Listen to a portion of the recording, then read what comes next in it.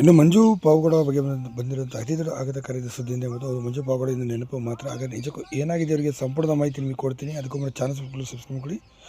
ಇನ್ನು ಮಂಜು ಪಾವಗಡ ಅವರು ಚಿತ್ರರಂಗದಲ್ಲಿ ಕಾಮಿಡಿ ನಟನಾಗಿ ಕಾಮಿಡಿ ಕಿಲಾಡಿಗಳಲ್ಲಾಗಿರ್ಬೋದು, ಮಜಾ ಭಾರತ ಆಗಿರ್ಬೋದು, ಮಜಾ ಟಾಕೀಸಲ್ಲಿ ಆಗಿರ್ಬೋದು ಕಾಣಿಸ್ಕೊಂಡು ಬಿಗ್ ಬಾಸ್ಗೆ ಕೂಡ ಸೀಸನ್ 8ಕ್ಕೆ ಆಯ್ಕೆಯಾಗಿರ್ಬೋದು. ಆ ಸಮಯ ದಿವ್ಯಾ ಸುರೇಶ್ ಅವ್ರ ಜೊತೆ ಇವರ ಹೆಸರು ಕೂಡ ತುಂಬಾ ಕೇಳಿ ಬರುತ್ತೆ.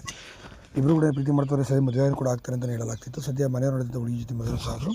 ಅವೆಲ್ಲ ಇನ್ನು ಮಂಜು ಪಾವಗಡ ಅವರು ಇದೇ ಸಂದರ್ಭದಲ್ಲಿ ಭಾಳ ಇದಾಗಿ ಸಿನಿಮಾಗಳಲ್ಲಿ ಅವಕಾಶ ಸಿಗುತ್ತೆ ಅಂತೇಳಿ ಭಾಳ ಖುಷಿಯಾಗಿ ಸಂತೋಷವಾಗಿದ್ದರು. ಆದರೆ ಅಂದುಕೊಂಡ ಮಟ್ಟವ್ರಿಗೆ ಅವಕಾಶಗಳು ಸಿಗಲಿಲ್ಲ ಅಂತಲೇ ಇಲ್ಲಿ ಹೇಳಲಾಗ್ತದೆ. ಹೌದು, ಇದೇ ಕಾರಣಕ್ಕೆ ಮಂಜು ಪಾವಗಡ ಅವರು ಸಿನಿಮಾ ರಂಗದಿಂದ ಸಂಪೂರ್ಣವಾಗಿ ದೂರ ಈಗ ಈಗ ಊರಿನಲ್ಲಿ ಕೆಲಸವನ್ನು ಮಾಡಿಕೊಂಡು ಈಗ ಅದನ್ನೇ ನೋಡ್ಕೊಂಡು ಹೋಗ್ತಿದ್ದಾರೆ. ಮನೆಯಲ್ಲಿ ಜಮೀನುಗಳನ್ನೇ ಮಾಡಿಕೊಂಡು ಹೋಗ್ತಿದ್ದಾರೆ. ಅವಕಾಶಗಳು ಅಷ್ಟು ಸಿಗ್ತಿಲ್ಲ. ಈಗೊಂದು ರಿಯಾಲಿಟಿ ಶೋ ಕಾಮಿಡಿ ಇದರಲ್ಲಿ ಕಾಣಿಸ್ಕೊಂಡು ಬಿಟ್ಟರೆ ಸಿನಿಮಾದಿಂದ ಸಂಪೂರ್ಣವಾಗಿ ದೂರ ಉಳ್ಕೊಂಡ್ರು ಅಂತ ಹೇಳ್ಬೋದು. ಬರೋಬ್ಬರಿ ಈಗ ಒಂದು 6-7 ವರ್ಷಗಳಿಂದ ಸಿನಿಮಾ ರಂಗದಿಂದ ಈಗ ದೂರನೇ ಉಳ್ಕೊಂಡ್ಬಿಟ್ಟಿದ್ದಾರೆ. ಅಂದರೆ ಅವಕಾಶಗಳ ಕೊರತೆ ಉಂಟಾಗಿರ್ಬೋದು ಅಂತಲೇ ಹೇಳ್ಬೋದು. ಯಾಕೆಂದರೆ ಬಿಗ್ ಬಾಸ್ ಗೆದ್ದಾಗ ಮಾತ್ರ ಅದೊಂದು 3-4 ತಿಂಗಳು ಮಾತ್ರ ಕ್ರೇಜ್ ಇರುತ್ತೆ ಬಿಟ್ಟರೆ